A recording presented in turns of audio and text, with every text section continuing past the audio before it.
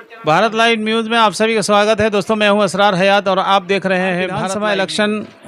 चंद महीनों में बिहार के अंदर इलेक्शन होना है और तमाम पार्टियां अपने तरफ से दम और खम लगा रही है और ख्याली पुलाव जो है जनता को समझाने में और खिलाने में लगी है। मैं बात करूं तो जहां एक तरफ महागठबंधन, दूसरी तरफ एनडीए गठबंधन और तीसरा जो मोर्चा है वो प्रशांत किशोर यानी जन स्वराज के सूत्रधार प्रशांत किशोर भी जनता के बीच जा रही है और अपनी बातों को रख रही है। तो इन्हीं तमाम बातों को लेकर आज बिहार विधानसभा पर बातचीत करेंगे। हमारे साथ जो है कारी सद्दाम साहब हैं। कारी सद्दाम साहब, हमारे यूट्यूब चैनल में आपका स्वागत। शुक्रिया जनाब अली, बहुत बहुत शुक्रिया। कारी सद्दाम साहब, कैसे देखते हैं कुछ ही महीनों के बाद जो है बिहार विधानसभा इलेक्शन है, इसको लेकर क्या लगता है इस बार बिहार विधानसभा में बिहार की जनता किस मुद्दे पर वोट करेगी? पहला मुद्दा है रोजगार का। ये बिहारी बेचारे ये हिंदुस्तान के कोने में कब तक लुटते और पिटते रहेंगे। जिसको देखिए झोला उठाए, कहाँ चल रहे भाई पंजाब, कहाँ जा रहा भाई दिल्ली। अब ये बताएं कि आप के आज़ादी के बाद से 2025 तक ये इन 75 अंदर अगर सबसे बिछड़ा कमज़ोर तबका है, दलितों से भी गुजरा हुआ, दलितों से भी, वो मुसलमान है। इसका ज़िम्मेदार कौन है? इसका ज़िम्मेदार तो सरकारी तो है, चाहे वो 15-20 साल का कहते हैं लालू जी ने क्या कहते हैं राज किया हो, और उसके बाद क्या कहते हैं नीतीश कुमार जो अब कर रहे हैं, या इससे पहले भी जो कर चुके हैं। सरासर जिम्मेदार क्या कहते हैं जितनी भी पार्टियां थी या है अभी, ये सब जिम्मेदार है। तो मुद्दा क्या होने वाला है? मैं तो मुद्दा कह रहा हूँ, बेरोजगारी है, शिक्षा है, स्वास्थ्य है, क्या है मुद्दा इस बार बिहार विधानसभा में? जनता किस मुद्दे पर बातचीत वोट करेगी? देखिए, मुद्दा जो है क्या कहते हैं बेरोज़गारी भी है, शिक्षा भी है, और पलायन क्या कहते हैं है ही, तो ये है ही है। और दूसरी बात तालीम है। तालीम का निज़ाम सबसे, तालीम का निज़ाम तो नीतीश कुमार जी बढ़िया कर दिया है बिहार में, और इसीलिए पेपर लीक हो रहा है ना। जब बढ़िया कर दिया उन्होंने, पेपर जो लीक हो रहा है सबसे ज़्यादा पेपर लीक हुआ है तो क्या कहते हैं वो बिहार में हुआ है, नीतीश कुमार के राज में। और दूसरी बात, अभी क्या कहते हैं 6 महीना पहले क्या कहते हैं बीपीएससी के बच्चों को जो पीटा गया, कौन पीटा, किसकी सरकार में पीटा? नीतीश कुमार के सरकार में। पीटने वाले कौन? पुलिस। पुलिस किसके अंडर में? नीतीश कुमार के अंडर में, उनके गृह मंत्रालय के अंदर में ही है ना। और उसी बीच में क्या कहते हैं आपने एक नाम लिया था प्रशांत किशोर साहब का, ये भी पूरे बिहार का दौरा कर रहे हैं। मुसलमान का क्या कहते हैं ये ढंढोरा जो पीट रहे हैं, ये हमको लगता है क्या कहते हैं ऐसा ना हो कि क्या कहते हैं बीजेपी के लिए काम करने आ गए हैं पूरे बिहार। 5,000, 10,000, 2,000, 12,000 इस तरह वोट काटेंगे वो, ठीक है। अभी क्या कहते हैं वो पूरे बिहार में कैंडिडेट उतारने की जो बात कर रहे हैं। पटना में जो क्या कहते हैं बीपीएससी के बच्चों का जो क्या कहते हैं जो धरना प्रदर्शन हुआ था पेपर लीक के मुतालिक, उसमें प्रशांत किशोर बच्चों को कंबल दिए थे, याद होगा। कंबल, एक कंबल की क्या हैसियत होती है? 500 रुपये के कंबल। उसने बच्चे से क्या कहा था मालूम है? हम तुमको कंबल दिए, तुम्हें शर्म नहीं आती है? यानी क्या कहते हैं आप बिहार का एक मजबूत पद पे बैठने के लिए उम्मीद भी रख रहे हैं, मुख्यमंत्री भी बनना चाहते हैं, और एक छोटी बात यानी एक कंबल की बात करके क्या कहते हैं बीपीएससी के बच्चों को बिल्कुल जलील कर रहे हैं आप। ऐसे लोग बिहार की आवाम से 14-15 करोड़ आवाम है, चाहे वो जो भी धर्म से ताल्लुक़ रखने वाले हों, मैं उन सब से रिक्वेस्ट करूँगा कि ऐसे लोगों से बिल्कुल सावधान रहें और क्या कहते हैं ज़्यादा ये क्या कहते हैं आपस में एक दूसरे से ये कहे कि इनसे बचने की बहुत ज़रूरत है। जो शख्स एक कंबल के बारे में इतना हंगामा कर दिया, भाई साहब क्या कह रहे हैं? उन्होंने कुरान की आयत पढ़ के लोगों को समझाने की कोशिश की है। मैंने कई वीडियो उनके देखे हैं, कुरान शरीफ की आयत पढ़ के समझाते हैं मुसलमानों तुम्हारे लिए बेहतर क्या है, शिक्षा क्या है तुम्हारे लिए। तो उनको मैंने देखा है इकरा बिस्मी की आयत पढ़ रहे हैं। वो इकरा बिस्मी की आयत तो पढ़ रहे हैं ना। असदुद्दीन ओवैसी से भी ज़्यादा पढ़ने वाले हैं क्या वो? और असदुद्दीन ओवैसी से भी ज़्यादा नॉलेज रखने वाले हैं वो? ये बताइए।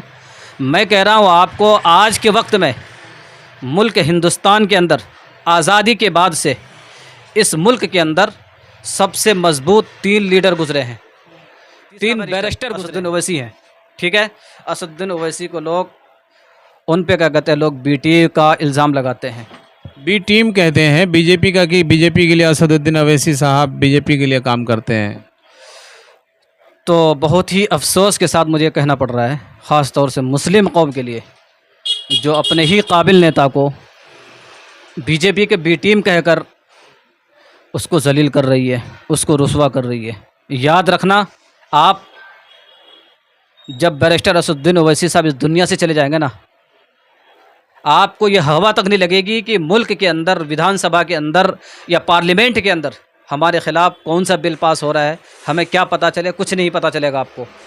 ये शुक्र अदा करें कि आज के डेट में एक बहादुर शेर अगर कोई क्या कहते हैं पार्लियामेंट के अंदर है अभी और खुल के बात कर रहा है, वो सिर्फ मुसलमानों के लिए नहीं, मुल्क के क्या कहते हैं संविधान के लिए, मुल्क के लोगों के लिए, सबके लिए वो खुल के बात कर रहे हैं। काम तो नीतीश कुमार भी मुसलमानों के लिए किए हैं भाई। काम तो मुसलमानों ने कर रहे हैं, कर दिया ना। अभी कितना बेहतरीन काम किया उन्होंने बोर्ड के ताल्लुक से, वक्फ बोर्ड के ताल्लुक से किया ना।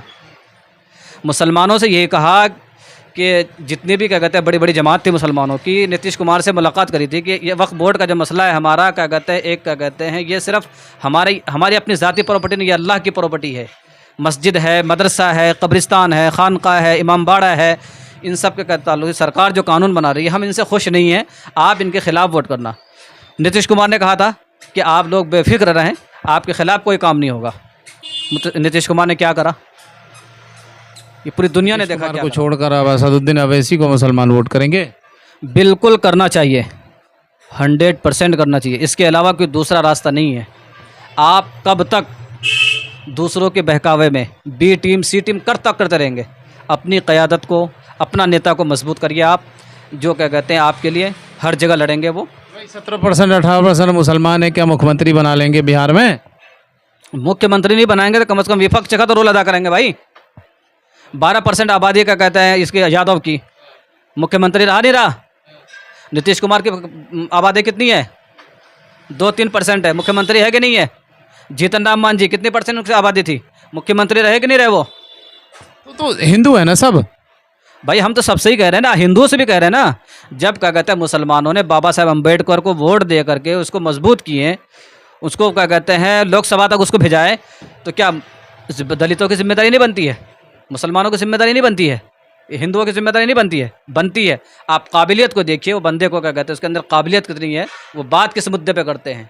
आप उनको क्या कहते हैं उनके काम को देख के, उनकी बातों को देख करके कितने मजबूत लीडर है वो, आप वो देख के वोट करिए उनको। क्या लगता है फिर बिहार विधानसभा में इस बार जो है कामयाबी मिलेगी? असदुद्दीन ओवैसी साहब की सीटें निकलेंगी इंशाअल्लाह। 25 ज़िलों में क्या कहते हैं ज़बरदस्त अंदाज में अख्तरुल इमान साहब ने क्या कहते हैं जो ऐलान किया है, 25 ज़िलों में इंशाअल्लाह MIM का क्या कहते हैं कैंडिडेट इलेक्शन लड़ेंगे मजबूती के साथ। और 4 गए हैं ना, आप देखते रहना, आप 4 गए हैं। ऐसा ना हो कि तेजस्वी यादव को लाले पड़ जाए सरकार बनाने के लिए और वो भाग के आना पड़े, उसको क्या कहते हैं भीख मांगना पड़े MIM से। मैं बोल रहा हूँ ये बात तो असदुद्दीन ओवैसी साहब भी कह रहे हैं, लेकिन मैं ये कह रहा हूँ जो कि हाट विधानसभा है, बिहार के विधानसभाओं में से एक विधानसभा है जो कि हाट, जहाँ के RJD के गढ़ माना जाता है। तस्लीम साहब मरहूम जो है कि वहाँ के पुराने क्या कहते हैं राजनेता रहे हैं। और इस वक्त जो है वहाँ हालात इस तरह से चल रहा है कि एक तरफ उनके छोटे बेटे, दूसरी तरफ उनके बड़े बेटे, और MIM का तो वहाँ पर बड़ा मुश्किल लग रहा है कहानी। विधानसभा की जो इलेक्शन पिछली बार जो हुई थी 2020 में, आपने कहा कि RJD का गढ़ है। RJD का कोई क्या कहते हैं रजिस्टर किया हुआ या क्या कहते हैं 2020 में क्या कहते हैं MIM ने क्या कहते हैं अपना कैंडिडेट उतारा था शहनवाज आलम को, ठीक है। आपने कहा गढ़ है, तो माशाल्लाह शानदार प्रदर्शन किया उन्होंने। तो गढ़ किसको कह रहे हैं आप? ठगा गया ना वो, बेईमान निकला तो उसके दिल, अगर आपके दिल में अगर किसी तरह कोई बेईमानी हो तो मैं क्या कर सकता हूँ? मेरी कोई उम्मीद तो नहीं है। लेकिन जनता इस तरह से कब तक ठगती रहेगी? जनता ठगा कब तक महसूस करता रहेगा? अभी उनको दिया 2020 में और वो चले गए RJD में। जनता जिस भरोसे वोट करती है कि विधानसभा में हमारी बात को रखेंगे, हमारे विकास की बात करेंगे, हमारे लिए जो हमारी जो है इलाके के जो हालात है उसको ठीक करेंगे, लेकिन भागते रहेंगे। MIM आएंगे, जीतेंगे, भाग जाएंगे। अभी मुर्शिद आलम है, अब मुर्शिद आलम पहले JDU में थे, अभी फिर MIM का दामन थामे हैं, बीच में नाराज़ भी थे। तो इसको लेकर कैसे देखेंगे? वो भी हो सकता है जीत के चला जाए, फिर JDU में चला जाए, क्या कीजिएगा फिर? देखिए ये सिलसिला राजनीति क्या कहते हैं, जितनी भी पार्टियां हैं, ये सिलसिला इधर की उधर होती रहेगी, ठीक है। एक दूसरे, देखिए जनता भोली भाली है बेचारी, वो तो यकीन ही करके क्या कहते हैं फ़लाँ को वोट करेंगे, ये फ़लाँ का बेटा है या फ़लाँ कैंडिडेट है, ये हमारे लिए काम करेगा। लेकिन उसके दिल में क्या बन रहा है, क्या ख्याल पुलाव बना रहा है, उसको तो नहीं जानता जनता।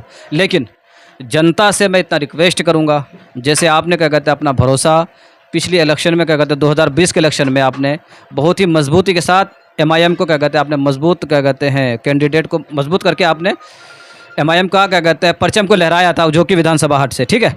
इस बार भी आप अवाम हैं, आप बेहतर जानते हैं अवाम, आप वहाँ रहते हैं, और कोशिश यही है कि क्या कहते हैं इस बार भी एमआईएम का कोई बेहतर कैंडिडेट वहाँ उतरे और वहाँ के लोग क्या कहते हैं एमआईएम को क्या कहते हैं मजबूती के साथ उनको वोट करें। और क्या कहते हैं जो भगोड़ा था आरजेडी में जिसमें चले गए शहनवाज आलम, उसको सबक मिले आइंदा आने वाले वक्त के लिए कि भागने का नतीजा क्या होता है।